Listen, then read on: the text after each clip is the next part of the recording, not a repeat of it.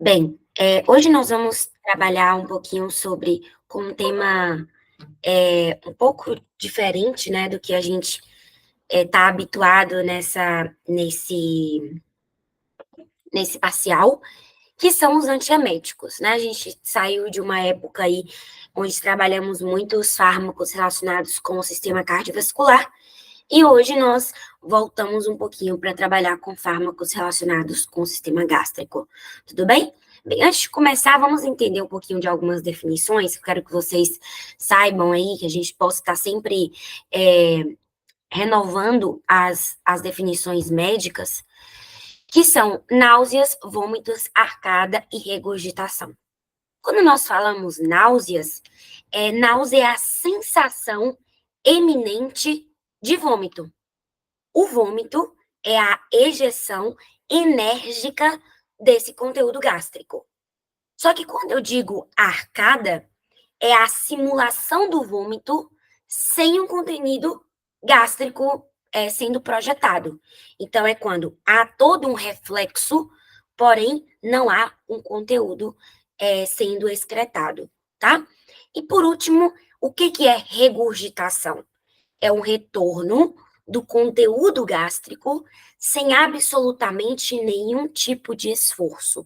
Então, é quando a gente sente que o alimento houve realmente um retorno desse alimento, desse conteúdo gástrico, mas que eu não realizei nenhum tipo de esforço para que ele pudesse realmente ser excretado, tá? Ser ejetado. Ótimo, então sabendo disso, eu queria que vocês entendessem um pouco dos ciclos ou dos mecanismos envolvidos na liberação ou na estimulação de um vômito. Lá no nosso bulbo raquídeo, nós temos, lá na médula, né? Nós temos um centro, que é o centro do vômito. Eu peguei essa imagem da Sociedade Mexicana de Oncologia, que foi uma imagem mais didática possível que eu achei para vocês. Mas se vocês tiverem dúvida, depois me perguntem para a gente poder né, esclarecendo alguma coisa sobre essa imagem. Mas o que eu queria que vocês olhassem primeiro é ali onde tem esse círculo mostrando o centro do vômito.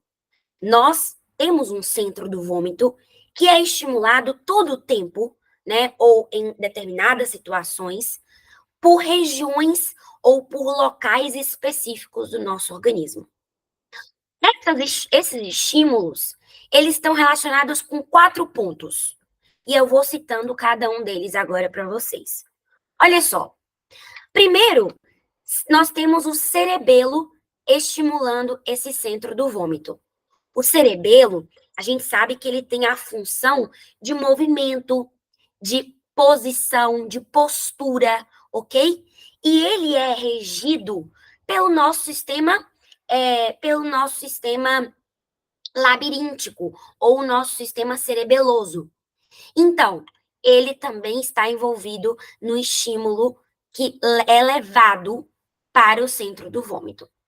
Outra zona são os nossos centros superiores, os nossos centros corticais, que recebem aferência ou recebem estímulos dos nossos sentimentos, dos nossos sentidos, ou seja, olfato, vista, né, dolor, estimulador, memória, medo, tá?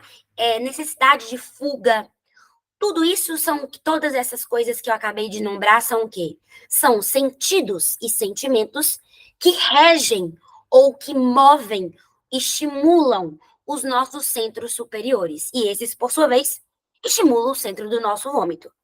É quando a gente, por exemplo, sente um cheiro e tem a ânsia de vômito, ou vomita. Come algum alimento e tem a necessidade de vomitar. Percebam, não são estímulos simplesmente químicos a nível intestinal, são estímulos superiores, ok? Bem, e por outro lado, nós temos uma área que se chama área pós-trema, ou zona gatilho, que é estimulado por substâncias, principalmente fármacos, que podem atravessar o nosso sistema nervoso central. Então, aqui nós temos opioides, quimioterápicos para pacientes que estão em tratamento para câncer, tá? Oncológicos. Esses fármacos, pela nossa corrente sanguínea, chega nessa área pós-trema, e essa área pós-trema, por sua vez, quando estimulado, ela vai afetar, ela vai estimular também o centro do vômito. E outro lugar que também estimulam esse centro do vômito é o núcleo do trato solitário. Gente, o núcleo do trato solitário tem vários receptores, é rico em receptores. Receptores de histamina, serotonina, dopamina, ok? Receptores de canabidioides, receptores de acetilcolina, ok? Os M1. Então, são esses receptores que, ao serem estimulados, vão gerar um estímulo no centro do vômito, tá? Então, eu quero que vocês entendam de onde que vem as aferências para esse centro do vômito. Uma vez entendido isso, nós vamos entender por que eu vou usar certos fármacos para inibir esse processo ou esse ato de vomitar, tá? Ou o ato de vomitar, ou o ato de ter as náuseas, né? Bem, então quais são? Aqui eu coloquei 4, na verdade são 5. Quais são os neurotransmissores responsáveis, então, nesse processo que eu acabei de citar para vocês? Nós temos os neurotransmissores muscarínicos, que afetam ou que estimulam o receptor M1, a dopamina, que estimula os receptores D2, a histamina, que estimula o H1, a serotonina, que estimula o 5-HT3, e a substância P, que estimula o receptor neuroquinina 1, ok? Então, de novo aqui nessa imagem, que está até escrita em inglês, mas a gente pode rapidinho tirar de letra, são todos aqueles estímulos que eu disse para vocês que tá ali que estimulam o centro do vômito a nível bulbar. E quais são eles? Bem, o sistema vestibular, as nossas funções corticais superiores, que estão regidas pela nossa memória, pelo nosso olfato, pelo nosso paladar, tá? Também nós temos o núcleo do trato solitário, que é estimulado principalmente por drogas, por metabolitos, por hormonas, tá? E por outro lado, nós temos o estímulo a nível gástrico, a nível do sistema digestivo, que manda um estímulo do estômago e do intestino pelo nervo vago para o nosso sistema do vômito, ok? Então, essas são as zonas de aferências para esse núcleo responsável pelo estímulo do vômito.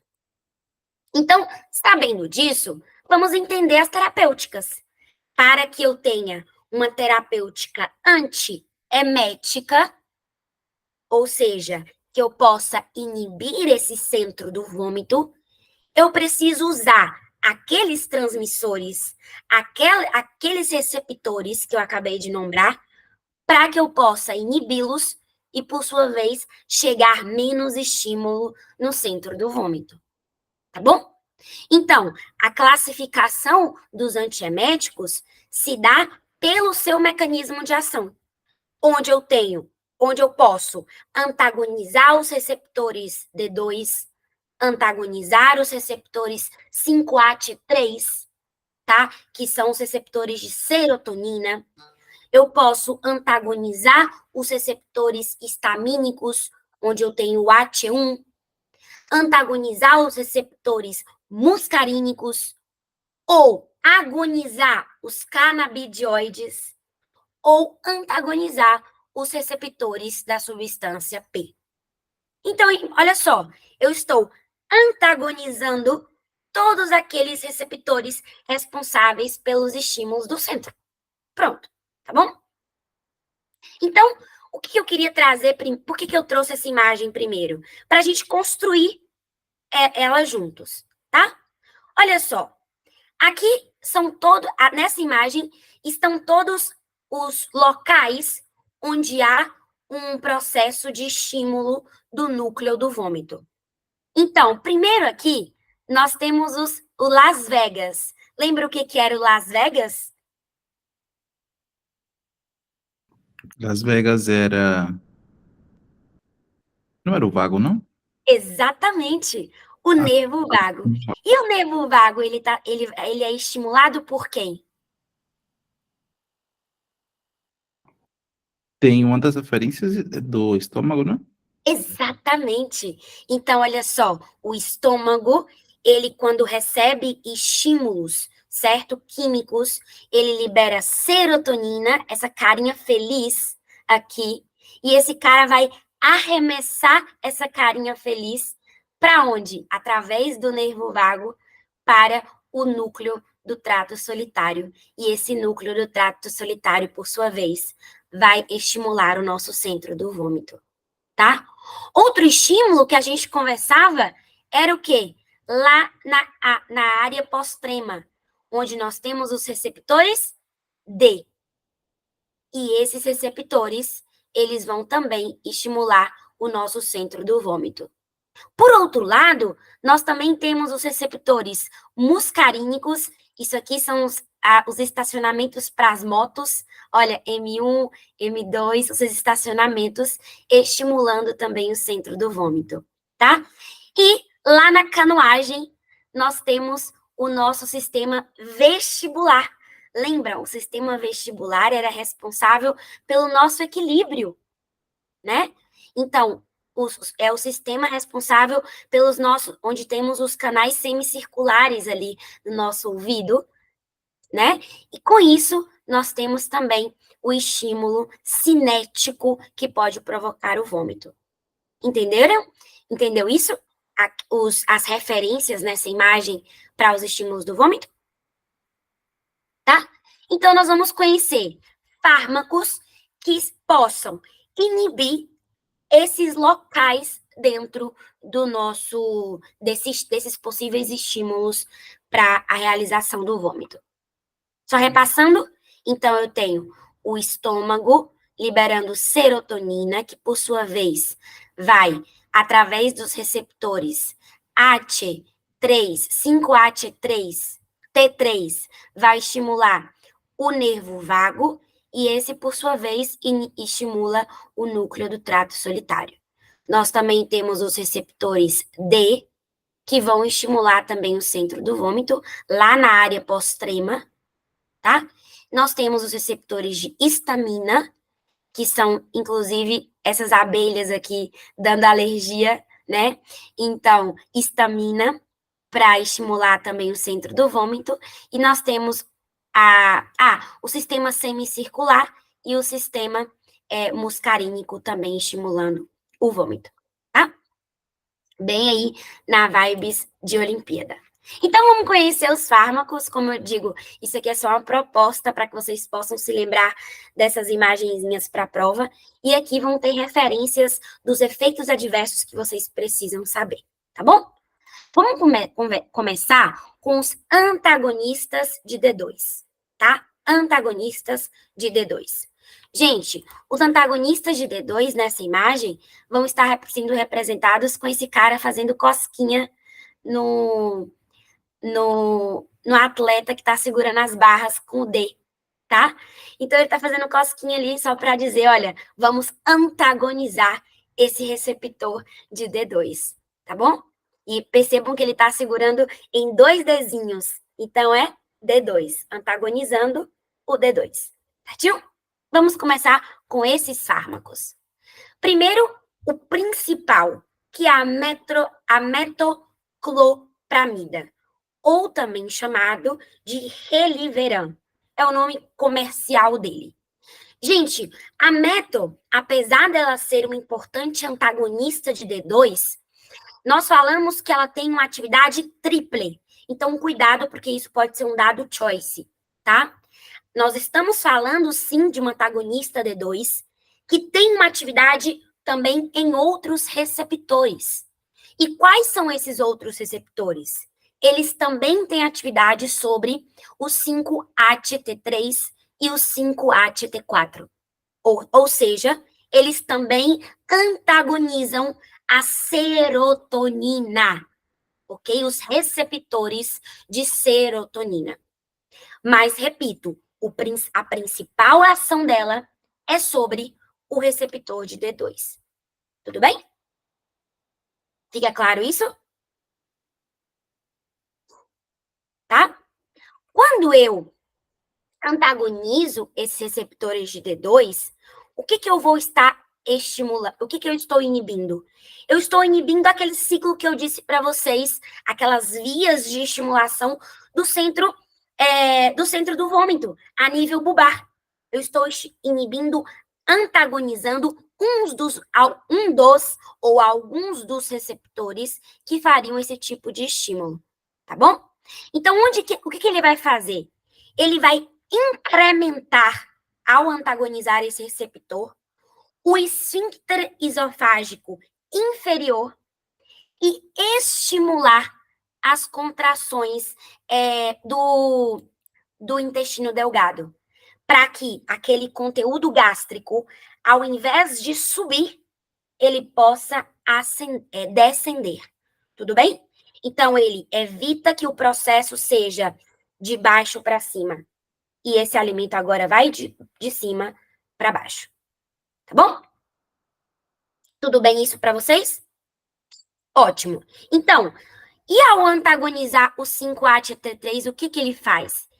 Quando ele inibe o 5-ATT3, ele vai permitir com que estímulos que antes estavam permitindo a liberação de serotonina e estimulando o nervo vago, agora esses estímulos estão sendo interrompidos, tá? Estão sendo bloqueados. Por isso que esse fármaco é muito utilizado para pacientes que estão em tratamento com quimioterápicos. Porque os quimioterápicos, quando eles são ingeridos, eles chegam na nossa mucosa gastrointestinal, eles promovem uma irritação gástrica e consequentemente, provocam muito vômito, muita náusea nesses pacientes, ok? Por isso que esse fármaco, ele é de extrema importância, tá? Agora, aqui sim é questão de dado choice para vocês. Além de saber que a metoclopramida, ela tem um efeito sobre os receptores de serotonina e os receptores D2, tendo, portanto, uma triple ação, ele também tem efeitos adversos extremamente importantes. E quais são esses efeitos adversos? Ele pode dar um síndrome extrapiramidal, ou também chamado de síndrome neuroléptico maligno, caracterizado por uma disquinésia, e daqui a pouco eu vou mostrar para vocês o que seria essa disquinésia, que é essa movimentação involuntária dos nossos músculos, ok? Ele também pode gerar hiperprolactinemia, aumento da prolactina, e esse aumento de prolactina, vocês sabem que quando eu aumento prolactina, eu desregulo o eixo sexual, eu promovo o crescimento da glândula mamária, ok? Eu promovo também a eliminação de substância láctea por parte dos conductos mamários, tá? Dos acinos mamários. Então, lembrem-se, ele pode gerar como efeito hiperprolactinemia. E em recém-nascidos, ele pode gerar metahemoglobinêmia. O que é isso? Simplesmente um processo de hipóxia, de falta de chegada de oxigênio nos tecidos, por reemplaço da hemoglobina, né, ou seja, do oxigênio que estaria na hemoglobina por outra substância, tá bom? É roubar o oxigênio que estava ligada à hemoglobina. Então, cuidado, esses 3 efeitos adversos vocês não podem esquecer. Metoclopramida provoca esses 3 efeitos adversos. Eu trouxe para vocês aqui, vamos ver se vai carregar o videozinho, tomara que sim. Eu trouxe para vocês o que seria um efeito adverso extrapiramidal. Olha só esse paciente. Visualizem bem. Agora o que vai acontecer? Olha.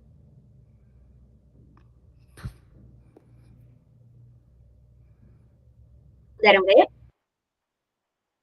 Essa contração, isso se chama disquinésia. Disquinésia. É isso que é disquinésia. Exatamente. Mas essa movimentação involuntária não necessariamente é antes de um vômito ou de uma arcada. Não, não. Independente, tá? Isso é independente. É pelo uso do medicamento, a metro, ela pode gerar esse tipo de efeito adverso, tá bom? É um síndrome extrapiramidal. E aqui, que vocês podem ver, olha lá, a ginecomastia, né, o desenvolvimento da glândula mamária, isso aqui é um tórax de um homem, tá? Sexo masculino, também com essa hiperprolactinemia, tá? Então, não se esqueçam disso. Metoclopramida, que é o Reliveran, ele pode provocar como efeito adverso essas sintomatologias. Bem, e na imagenzinha, nossa metoclopramida, ela tá nesse localzinho aqui, ó, bem nessa parte dos jurados. E o mais interessante é o seguinte, percebam que os jurados estão julgando tanto esse esporte quanto esse esporte. Então, qual é o mecanismo de ação da metro? Ele seria o antagonista dos receptores 5A de T3 e dos Isso. receptores T2. Exatamente, né? Um triple mecanismo de ação. Por isso que eles foram desenhados aqui fora, olhando para todo o cenário, né? Para toda a cena, tá bom? E os efeitos adversos? Vamos lá comigo? Efeito extrapiramidal. Olha só esse bonequinho com uma piramidezinha na cabeça feita de jornal, né? Efeito extrapiramidal. Síndrome neuroléptico maligno, né? Marcado aqui por esse consumo dessas coxinhas de frango. E aqui, infelizmente, a imagem está cortada, mas é um cara tomando leite e rindo muito, rindo alto, eliminando até esse leite pela boca, marcando a hiperprolactinemia provocado por metal. Tá bom? Fica claro para você isso, Paulo? Sim. Perfeito.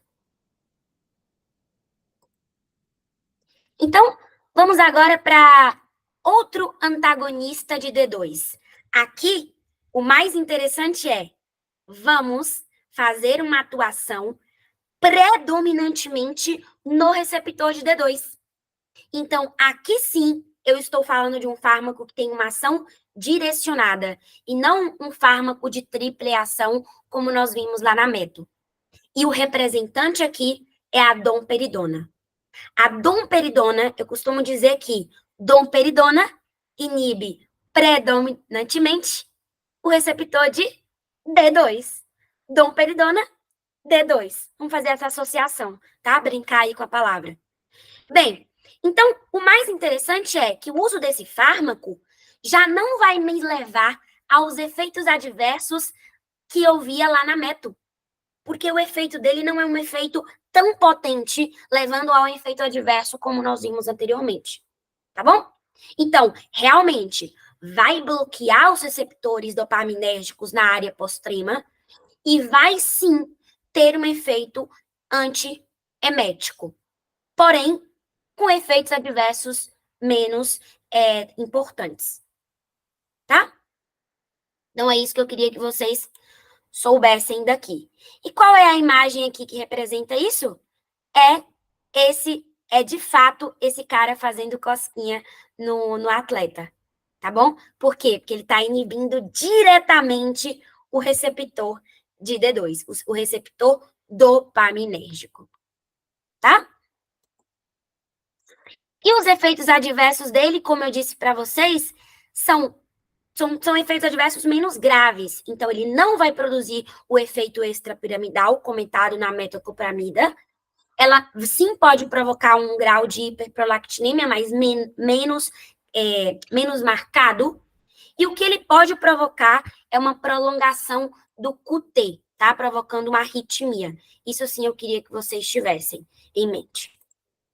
Galera, olhem bem para o que eu vou dizer agora. Lembrem que tanto a meto quanto a dom vão ter ações parecidas, só que a metoclopramida, ao ter um mecanismo de ação a mais, também antagonizando receptores de serotonina, ele pode gerar aqueles 3 efeitos adversos que eu disse. Efeito extrapiramidal, hiperprolactinemia e metaboglominemia em recém-nascidos, tá? E a DOM, não. Ela vai ter uma ação predominantemente a nível só do D2, antagonizando o D2, promovendo, então, só a hiperprolactinemia e uma prolongação do QT, tá? Então, vamos falar um pouquinho sobre farmacocinética. O da meto, ela pode ser administrado por várias formas, via oral, sublingual, intramuscular, intravenosa, atravessa a barreira hematoencefálica, inclusive é esse efeito que pode gerar o síndrome extrapiramidal, tá? Tem um metabolismo hepático e uma excreção renal. Enquanto a domperidona, ela se dá por via oral, não atravessa a barreira hematoencefálica, portanto, não causa efeitos extrapiramidais, tudo bem? Então, raciocinem dessa forma. E o metabolismo se dá por via hepática e a excreção se dá por via das fezes, tá? Por via digestiva.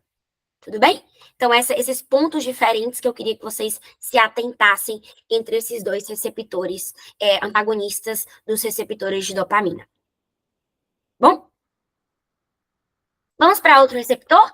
Os antagonistas do 5-HT3. Ou antagonistas dos receptores de serotonina, tá? Então, vamos falar um pouquinho sobre ela. O exemplo aqui que nós temos que apresentar para vocês é o ondansetron. O ondansetron, ou também chamado de cloridrato de ondansetrona, é um antagonista de 5-HT3. Portanto, ele tem um efeito antiemético que se dá tanto nas aferências do nervo vago quanto no nosso núcleo do trato solitário. Claro, porque se eu volto naquela imagem para vocês, vocês viram que o meu tecido digestivo, ele vai liberar serotonina, que vai estimular o nervo vago e, por sua vez, vai ter uma aferência no núcleo do trato solitário. Portanto, se eu uso um fármaco que inibe esses receptores de serotonina, ele terá um efeito tanto a nível do nervo vago quanto a nível central, inibindo, portanto, o sinal do vômito, tá bom? O reflexo do vômito, tá? Eu até coloquei o processo para vocês. Olha, as nossas células enterocomafines do estômago liberam histamina, que por sua vez estimula o nervo vago. Esse nervo vago, por sua vez, estimula o nosso sistema, lá o nosso bulbo raquídeo. Então, se eu estou inibindo esse processo desde o princípio, eu estou inibindo tanto o sistema periférico quanto o sistema central. Tá bom? Ótimo. Então, quais são os efeitos adversos que o onda pode causar? Ele pode, e por favor, saibam desses efeitos. Ele pode causar desde diarreia, cefaleia, hipotensão e bradicárdia, até algo muito parecido com síndromes cardiotóxicos, como, por exemplo, dor pré-cordial, arritmias e prolongação do QT. Então, não se esqueçam disso. Eles causam tanto uma clínica mais localizada a nível gástrico, a nível digestivo, tá? Quanto também a nível do sistema cardiovascular. Então, por isso que a gente tem que ter muito cuidado com o uso do ondansetron, tá? E quais são o uso desse fármaco? Bem, aqui eu coloquei todos para vocês, mas o principal que pode vir numa questão, acredito muito que eles podem fazer uma questão assim, são os vômitos causados por hiperemesis gravídica.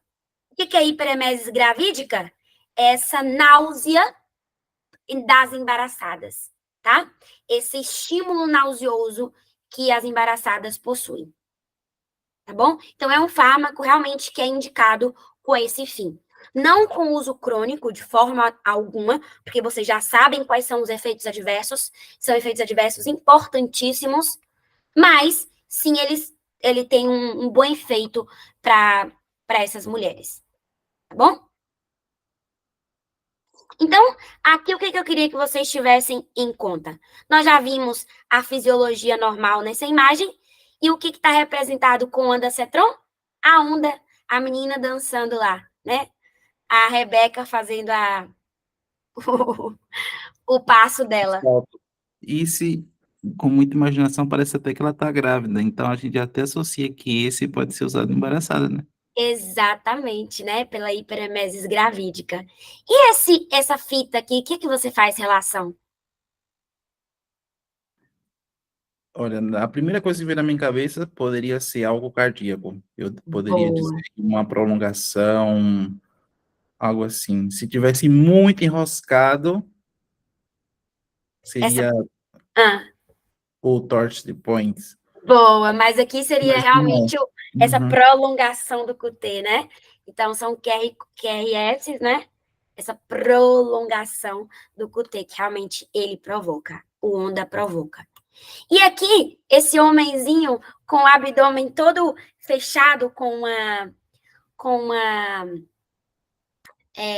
cinta, com uma faixa, tá vendo? E ele todo caidinho, ele pode causar hipotensão, tá bom? E lembrem-se, ele também pode levar cefaleia. Olha essa bola caindo bem na cabeça da mulher. Pode realmente provocar cefaleia, tá? Hipotensão, cefaleia. Tudo bem até aqui? O onda provoca esses efeitos adversos e ele tem uma ação sobre o 5-ATT, o 5-ATT3. Nessa imagenzinha, para vocês lembrarem do 5-ATT3, é só, olha aqui, 1, 2, 3 e arremessa. Então, é 5-ATT3, tá? O 3 aqui. Então, vamos lá. Aqui eu coloquei para vocês o que nós já tínhamos visto anteriormente, mais o que nós estamos vendo agora, tá? O ondansetron, repito, ele é um antiemético e antagonista do receptor 5-HT3. E o que ele vai fazer? Nós vamos fazer a administração oral, intramuscular ou endovenosa, tem uma alta distribuição, união a proteínas plasmáticas, o metabolismo é hepático e a excreção é renal.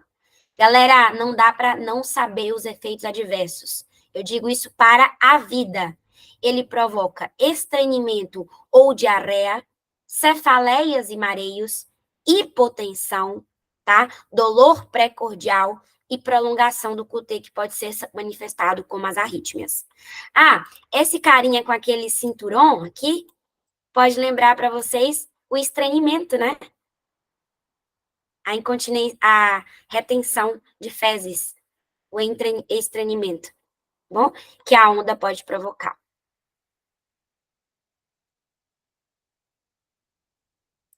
Vamos para o próximo? Eu disse para vocês que outro neurotransmissor que também estimula o centro do vômito são os receptores histamínicos. Só que quando nós falamos de histamínicos, vocês precisam ter muito cuidado, porque quando nós falamos de antihistamínicos, ou seja, fármacos que inibem os receptores de histamina, cuidado, porque nós temos antihistamínicos de primeira e de segunda geração.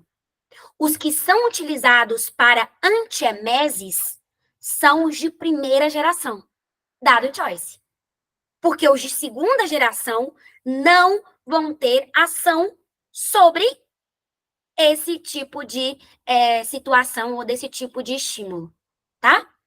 Então, é o que tem aqui para vocês. Olha, o de primeira geração, sim, são usados para com esse fim, tá? Como antiemético. Quais são os exemplos? A difenidramina, o dimenidrinato, ciclicina, hidroxizina e prometazina, tá bom? Esses são os fármacos antihistamínicos usados para antieméticos. E eu queria que vocês lembrassem do seguinte: o antihistamínico, ele tem uma ação muito, muito particular em um sistema específico, que é o nosso sistema de equilíbrio, no nosso sistema labiríntico. Então, por que nessa imagem eles colocam as abelhinhas no nosso canal semicircular? Porque é onde nós estamos cheio de receptores histamínicos e é aqui que o nosso antihistamínico vai atuar, inibindo esse estímulo do núcleo do vômito, do centro do vômito. Tá bom? E aí, então, quando é que eu vou usar esses antihistamínicos com esse interesse de diminuir o estímulo do centro do vômito? Em situações de movimento. Se eu sei que o meu sistema labiríntico, que o meu sistema semicircular é responsável pelo controle do nosso equilíbrio, pelo controle das nossas, né, do nosso movimento de cabeça, da nosso corpo, da nossa cabeça com respeito ao nosso corpo, e eu estou inibindo um receptor que está em grande concentração aí nesse lugar, então eu já sei, antihistamínicos, eles são considerados anticinéticos. Fica claro isso que eu acabei de dizer? Por quê? Porque o meu sistema labiríntico é responsável por esse equilíbrio entre o ambiente e o meu movimento. Tá bom? Então, quando que eu vou usar? Como anticinético, principalmente relacionado com ninhos. Esses ninhos que viajam e possuem a cinetoses, né? Que é essa dificuldade nesse movimento, por exemplo, de até curtas viagens de carro e acabam vomitando. Isso é cinetoses. Então, é um fármaco utilizado como anticinetótico. Tá bom? Orro, primeira geração. Aqui nós temos o famoso fármaco que nós usamos no Brasil para viajar de ônibus. Como é que é o nome do fármaco? É o Dramin. Exatamente. Olha aqui, ó, o Dramamine, né? É o dimenidrinato, Então, tá? aqui na Argentina, ele é conhecido por esse nome. Exato, é o nome comercial dele, tá? Que é o Dramamine. Se aparecer isso na prova, vocês já sabem. E eu tenho o Benadryl também, né? O Benadryl, que é a difenidramina, que tem a mesma função, cumpre a mesma função. É um antihistamínico que tem uma ação anticinetótico, tá? Por isso, repito, por isso que os antihistamínicos estão aqui nesse barquinho lá no Rio, porque o Rio está em movimento. Então, ele é utilizado como anticinetósico, E tá? o último atleta tá vomitando lá também, né? Exatamente. Por quê? Porque a cinetose gera esse estímulo, né? Estimula esses receptores e, por sua vez, estimula o vômito. Então, o que eu quero fazer é bloquear esses receptores de histamina, tá bom? Bem, então eu coloquei para vocês os efeitos adversos e vocês mesmos podem me ajudar na maldade. Quando nós tomamos Dramin dentro do ônibus, viajando de uma cidade para outra, o que a gente sente? Dorme a viagem toda. Exatamente, muito sono. Então, um dos efeitos adversos é a nível do sistema nervoso central, provocando sedação, sonolência, alucinação, inclusive pode levar a um quadro convulsivante, tá? E o que ele pode gerar também? Sequidade de boca, nariz, garganta, disúria, poliquiúria, retenção urinária. A nível a cardiovascular, ele pode gerar taquicardia, fotofobia e cicloperia. Não esqueçam disso. fotofobia e cicloferria. Só a gente lembrar, quando eu tomo Dramin, minha vista fica borrosa, uma sensação de que eu não estou vendo mais nada, uma vontade louca, inclusive, de adormecer, né, de dormir, de fechar os olhos. Então, realmente, eles causam fotofobia e cicloperria. Tá bom? Na imagem é mostrada como sendo essa lupa desse cara. Olha a lupa do marinheiro. Uhum. Marcando essa cicloperria e essa fotofobia. Tá bom?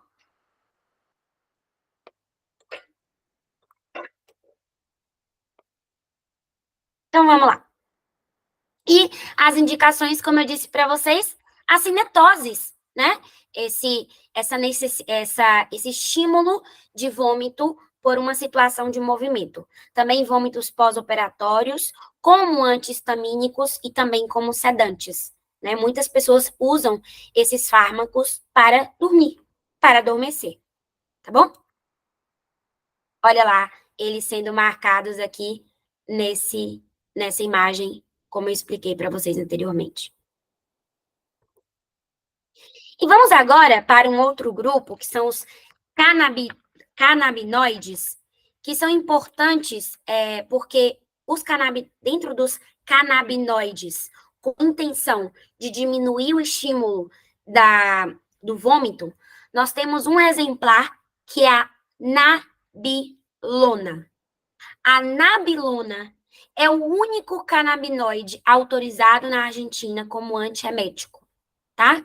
Obviamente, ele só é de venda para pessoa, mediante uma autorização, né, uma receita médica, tá? Por especialistas. E onde é que ele vai atuar? Ele vai atuar sobre os nossos receptores canaminoides. Só que nós temos receptores endógenos, canaminoides endógenos, que é o CB1 e o CB2. Então, a anabilona, ela vai ter um efeito sobre esses receptores, tudo bem? Não é antagonizando, tá? Cuidado. É agonizando esses receptores, tá bom? Lembra, ele é um análogo é um canabinoide, ou seja, é um análogo à substância do cannabis. Tá bom? Qual o efeito adverso? Só vocês raciocinarem comigo. Tudo que estiver relacionado também com o uso do cannabis, tá? Então, sonolência, euforia, vértigo, ataxia, ou seja, dificuldade no movimento, alterações visuais, dificuldade de concentração, sono, tá? Depressão, taquicardia, hipotensão, cefaleia, dor abdominal, sequidade da boca. Então, cuidado. Esses efeitos adversos, dependendo de como eles se apresentam, pode ser razão para que eu possa descontinuar o tratamento. Entendem? Porque são efeitos multiorgânicos, multissistêmicos, que podem me fazer abandonar, né, deixar o tratamento. Tá bom? Então, desde afectações do sistema central, sistema nervoso central, como afectações conductuais, né? Alterações de humor, dificuldade em manejar um auto, obviamente, pela atáxia, tá? Beleza? E as indicações, ele é muito utilizado para pacientes com tratamento quimioterápico. Isso a gente tem que saber, tá? Os canabinoides, esses pacientes que têm tratamentos antineoplásicos, que têm realmente um estímulo de vômito muito intenso, ele pode vir a tratar com a nabilona. Certinho? E a contraindicação, sempre lactância e as disfunções hepáticas, e como eu disse para vocês, efeitos adversos que possam tirar as atitudes, né? As boas atitudes, as boas condutas de um paciente. Bom? Bem, então, para finalizar a aula, eu queria falar um pouquinho com vocês sobre outros fármacos que podem aparecer no Choice, que são os antidiarreicos e os pró-cinéticos. Cuidado com esses dois, eu até coloquei bem marcado aí, para vocês não se confundirem com respeito à utilização deles dois. Antidiarreico é porque eu estou querendo parar a diarreia. Procinéticos é porque eu estou querendo estimular o trânsito, tá? O trânsito intestinal, ok? Então, nós já saímos dos antieméticos e agora nós estamos entrando em outros fármacos de relevância gastrointestinal, tá? Que aqui vão ter as ações opostas. Quais são os antidiarreicos que a gente mais utiliza? O bismuto e a aloperamida, tá? E dentro dos procinéticos, nós temos o antagonista D2, a metoclopramida e a domperidona, que nós falamos na aula de hoje. Os agonistas de 5-ATT4, que é a cisaprida, cuidado para não confundir com 5-ATT3, ok? Que era o ondansetron, lembra? E aqui nós estamos falando de 5-ATT4. E o agonista de receptores de motilina, que aqui vocês vão estranhar, mas são os macrólidos, os antibióticos, que quando em doses baixas podem ter um efeito procinético. E quando é que nós vamos indicar esses fármacos? Em caso de gastroparesia diabética. Esses pacientes diabéticos que cursam com um quadro de estranhamento, ou seja, que não conseguem defecar por conta de paresia gástrica intestinal, nós podemos indicar esses antibióticos a baixas doses, tá? E qual é o mecanismo deles?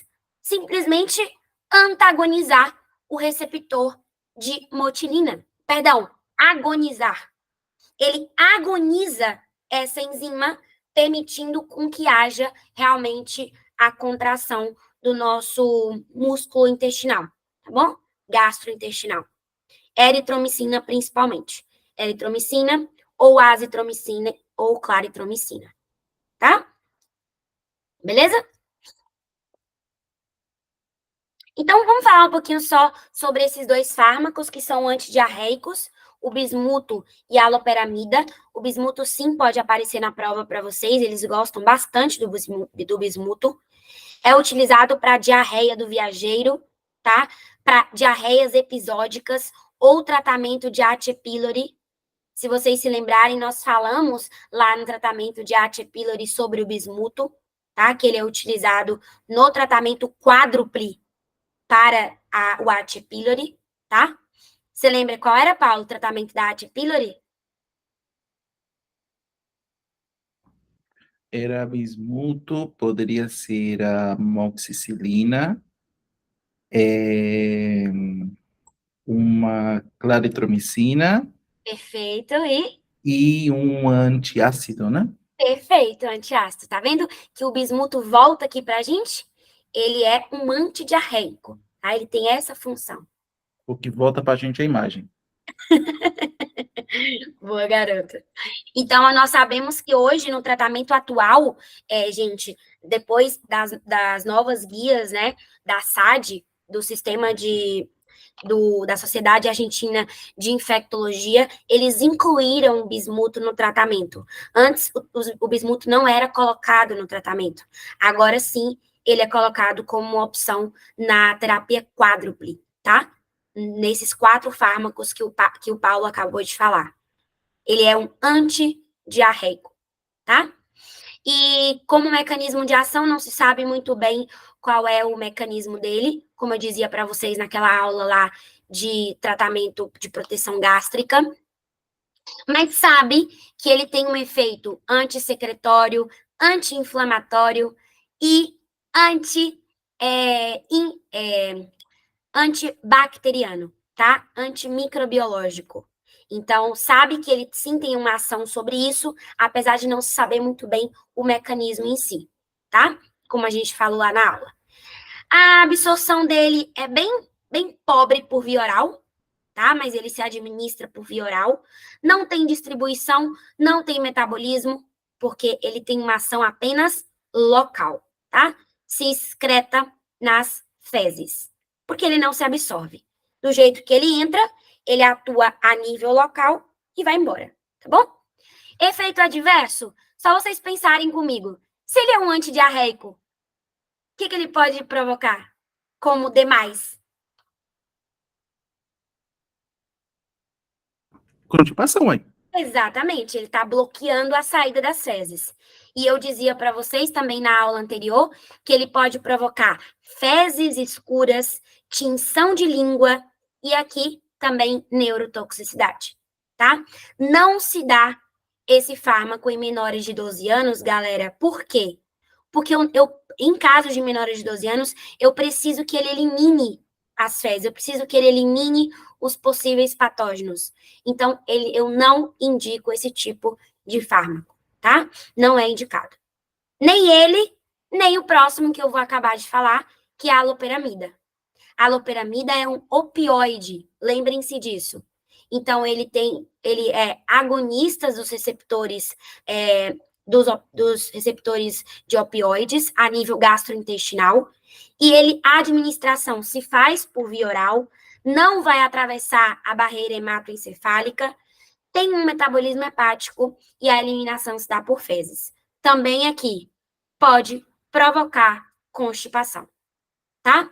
E um efeito adverso importantíssimo dele é o ilho paralítico. Tá? Ele pode provocar ilho paralítico. Por essa razão que nós também não recomendamos para crianças, tá? Pessoas menores de 2 anos. Tá bom? Então, saibam desses dois, por favor. Lembrar que eles são utilizados como antidiarreicos e que a situação deles é um uso diferente, porque aqui o foco não é que ele seja absorvido, o foco aqui é que ele possa parar de que haja tanta motilidade gastrointestinal. E os pró-cinéticos, nós não precisamos repetir. Eu já disse para vocês que a domperidona e a metoclopramida, quais são os mecanismos de ação e tudo relacionado com eles, tá? Lembrem que a metro, ela tem um triple mecanismo de ação, e a dom, ele tem um mecanismo de ação limitado ao antagonismo de D2. Certinho? Lembra, metoclopramida tem como efeito adverso a enfermidade extrapiramidal, né, com aquelas disquinésia que eu mostrei para vocês no videozinho, hiperprolactinemia e metahemoglobinemia. E a DOM, ao não passar o sistema nervoso central, ele vai provocar apenas hiperprolactinemia e pode provocar também prolongação do QT. E a cisaprida, que eu disse para vocês também que é um pró-cinético importante. Galera, cuidado com essa palavra pró-cinético, tá? Pró-cinético está falando sobre a estimulação do músculo gastrointestinal para que haja eliminação das fezes, tá? Cuidado para não confundir procinético com cinetoses. Cinetoses nós usávamos qual fármaco?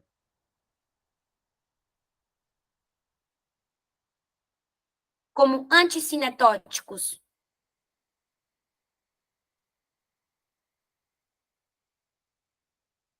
Que era aquele do movimento do carro. Perdi na pergunta. Eu estou dizendo assim, para vocês não confundirem pró-cinéticos com cinetoses, tá? Ah, tá. Uhum.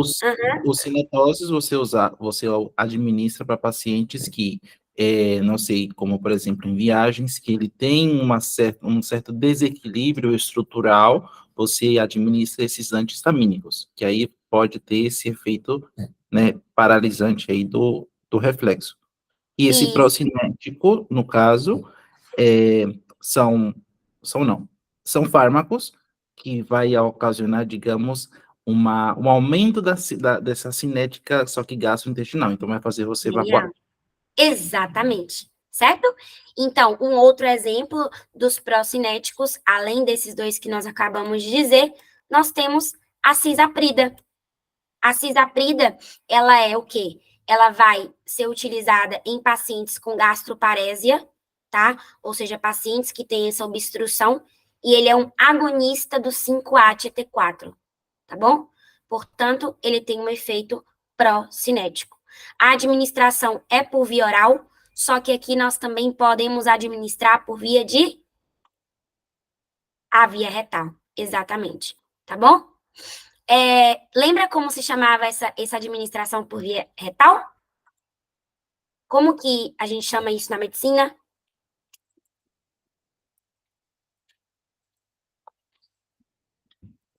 Não? Lembra como que a gente fazia uma aplicação de, por exemplo, supositórios? Isso se chama enema, tá bom? Enema. A aplicação de... Pode aparecer essa palavra e eu não quero que vocês estranhem essa palavra lá na prova, tá? Enema é a administração de fármacos por via retal, tá? Olha aqui, ó. Beleza?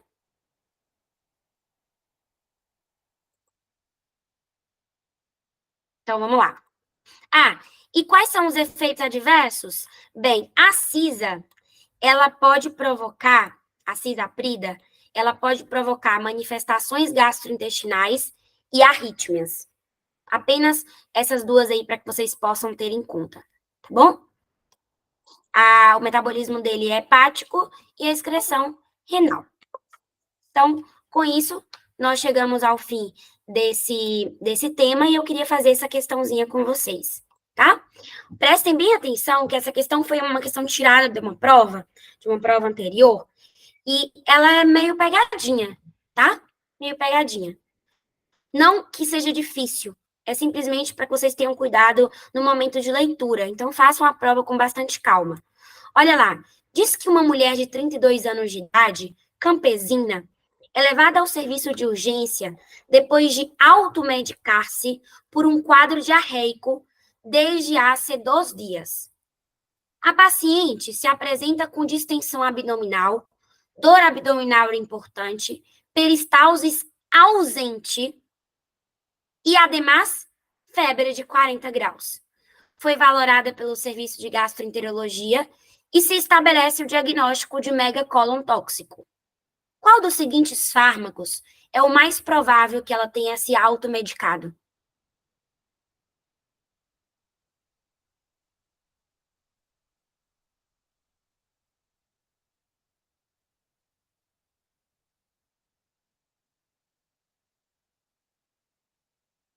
Me diz a opinião de Olha, vocês. o nome em si dele, correto, assim, eu não vou lembrar agora, mas posso ir por eliminação? Pode. Vamos lá. Pera, meu filho. Coisa linda. Ela chegou em urgências depois de automedicar-se por um quadro diarreico. Então, ela estava com diarreia, tomou remédio para ver se dava uma segurada. Ela não comeu uma goiaba, não tomou água com a tapioca, ela tomou remédio. A Exatamente. paciente se apresenta com distensão abdominal, dor, peristalsis ausente.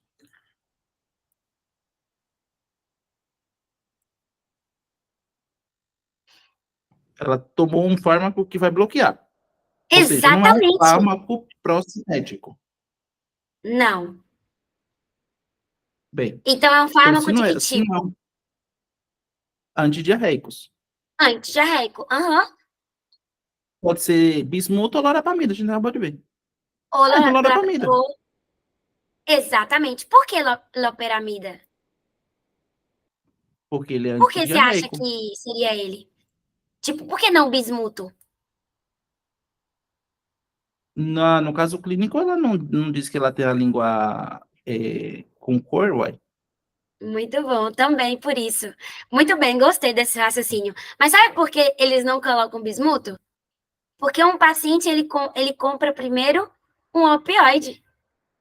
Entende? Uhum. Primeiro ele compra um opioide do que ele comprar um bismuto que na verdade é um fármaco mais sofisticado, que popularmente, por um alto consumo, seria mais difícil que ela tivesse o conhecimento de que ela iria comprar um bismuto como um antidiarreico. Entende? Então, por um senso de maior uso, a loperamida nesse caso. tá bom? Mas muito bom esse raciocínio. Isso aqui é literalmente para você raciocinar. Tá contando um quadro de alguém que estava com a diarreia, se automedicou para controlar essa diarreia. Portanto, ela tomou algo que teve como um mecanismo de ação um bloqueio da cinética gastrointestinal. E foi isso que levou com que ela apresentasse uma peristalsis ausente e um megacólon tóxico, tá bom? Efeitos adversos bem localizados. A loperamida faz isso, dá efeitos adversos bem localizados. Vou voltar aqui para vocês verem. Olha lá, constipação e ilho paralítico. Opa, constipação e ilho paralítico, megacólon tóxico como evolução. Tá bom? Perfeito? Então, essa aí é a questão que pra gente finalizar. Eu vou pedir só um segundinho para a gente procurar mais uma questão. Aqui eu acabei não procurando mais. Você me ajuda, Paulo? Para a gente ver naqueles choices, se a gente encontra mais uma questão?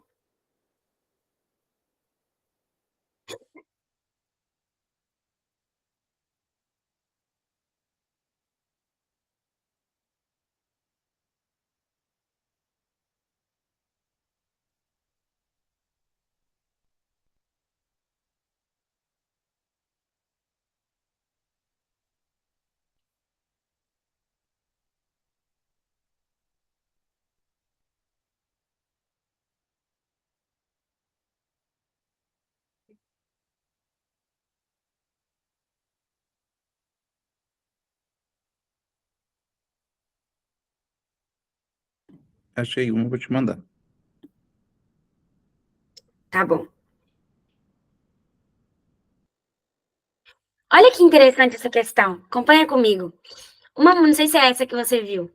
Uma mulher de 56 anos, aproveitando que a gente está falando sobre gastrointestinal, acude ao serviço de gastroenterologia para valoração por dor epigástrica. A paciente toma de forma regular diclofenaco desde há 5 meses por dor lombar. O gastroenterólogo suspeita uma gastrite e decide iniciar um tratamento para ajudar a paciente. Qual das seguintes seria a mais útil para esse caso? Ela tem uma gastrite, chega no consultório e nós vamos pensar em algum fármaco para ser administrado. Letra A, bismuto. Justifica o uso de bismuto aqui nessa paciente? Assim de primeira? Não, não como primeira conduta, né? Letra B, ranitidina. De primeira também não, né? Uma mulher, 56 anos, não justifica não. Sucralfato?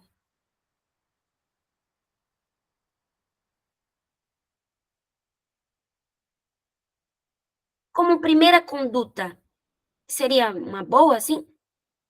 Tampouco, tá? Letra D, hidróxido de alumínio?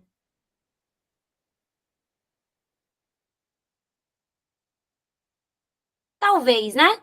Agora, olha a letra E, pantoprazol.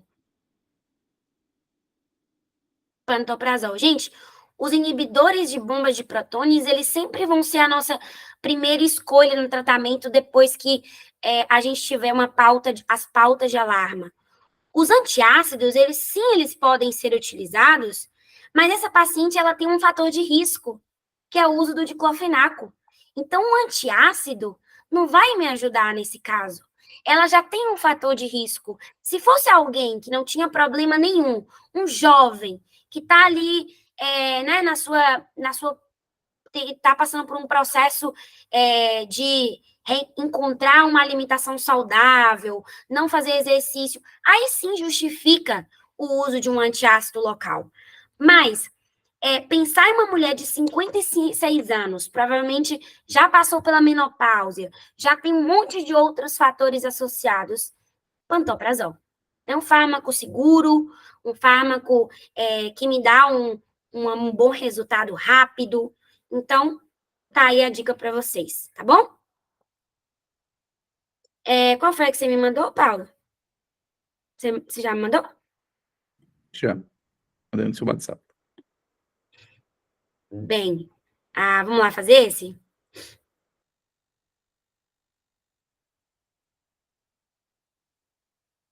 Boa. Olha lá.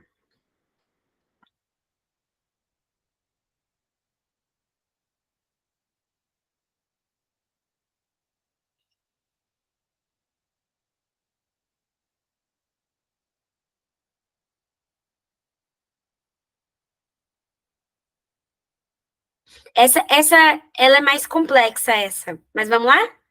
Diz assim: marque a alternativa correta. Letra A. Os inibidores de bombas de prótons têm indicações absolutas no paciente com síndrome de refluxo gastroesofágico. Letra B. Os anti-H2, como ranitidina, têm indicação absoluta em pacientes com síndrome de refluxo gastroesofágico. Letra C. A loperamida tem indicação absoluta em pacientes com síndrome gastroesofágico. Letra D. Erradicação de H. pylori tem indicação absoluta em pacientes com síndrome de refluxo gastroesofágica. E letra E. Antiácidos de superfície tem indicação absoluta em pacientes com síndrome do refluxo gastroesofágico. O que vocês acham? Nós estamos falando. Se eu não estou equivocado, problemas de refluxo seria mais um inibidor de prótons, né, não? Exatamente. Muito bem. Foi por essa mesma justificativa, basicamente a mesma justificativa que eu dei anteriormente. Nós precisamos proteger essa mucosa. E como que eu protejo essa mucosa? Inibindo a bomba de prótons. Lembra, o maior inibidor de bomba ou o maior inibidor da liberação de H+, que eu tenho são os inibidores de bomba de prótons, tá bom? Mais do que qualquer outro fármaco, eles inibem até 80% na produção desse ácido, tá bom? E aí, nesse caso, se eu lembrar, eu, no caso, fiz associação, né? Esse refluxo, que no caso eu tenho, eu já penso assim, putz, que azia, então vou tomar um Mazol. Boa! Adorei. E que em caso de que essa azia, ela seja uma azia sem muitos indícios de que seja um refluxo de fato, aí sim eu poderia pensar em um hidróxido de alumínio, entendeu? Ou um antiácido local, como um primeiro passo. Agora, como eu te falei, se for uma pessoa que já tem um risco, que já tem realmente indícios de que a mucosa esteja muito danhada, não, tá? Não tem jeito. Omeprazol. Omeprazol, pantoprazol, lembrando que o pantoprazol é mais potente, né? Tem uma ação um pouco mais duradoura. Tá bom? Então, com isso, a gente acaba a aula de hoje.